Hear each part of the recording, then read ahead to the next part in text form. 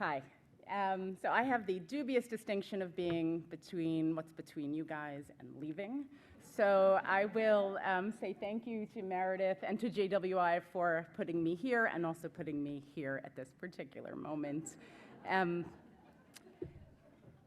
my work, I have the honor of hearing the professional journeys of people from all walks of life. It's so inspiring to hear how many people, but women in particular, have made meaningful and impactful changes in the communities they care about. So many of them spoke before me today, and how each of them have unique professional pathways guided by their lived experiences and values. One of the questions I get often asked as a CEO and mom of 4 kids is, how do I manage work-life balance?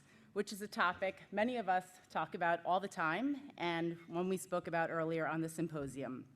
It's actually one of the questions I like the least, especially when it's asked by someone in a boardroom when they're trying to talk to a candidate and ask them a question. It implies that life for women, is binary in varying degrees. We are part work and part life, but we are so much more.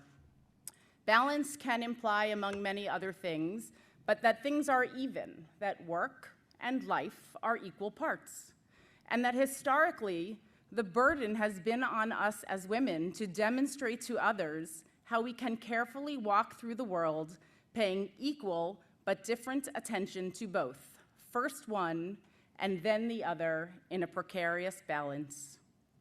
Over the years, I have learned from my own experiences and from those with whom I work that work-life integration is a more realistic way to think about how we spend our days, and that as women CEOs and leaders, we have an obligation to build communities of practice and companies that applaud and truly support this integration.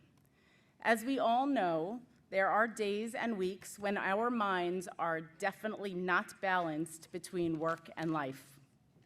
In fact, most days we are consumed with one or the other and trying to carefully knit them together.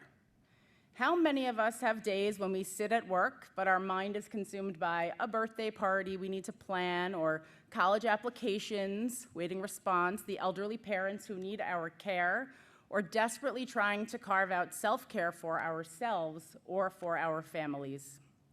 Last year, the New York Times Magazine had a cover story on how the pandemic sent America's mothers into crisis by forcing us to be caregivers, teachers, and earners all at once. The pandemic underscored this issue, but we all know that women have long been all 3 of these things to our coworkers, our family, and our friends. Women have created and blazed the pathway for work-life integration.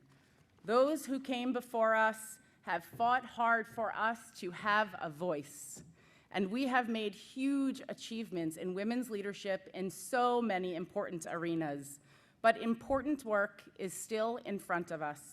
We must work to continue to be women leaders who normalize the notion of work-life integration, to help change the perspective that we must balance 2 things, one against the other, and to promote the reality that work and life happen together, sometimes in the messiest, complicated, but most joyful and fulfilling ways.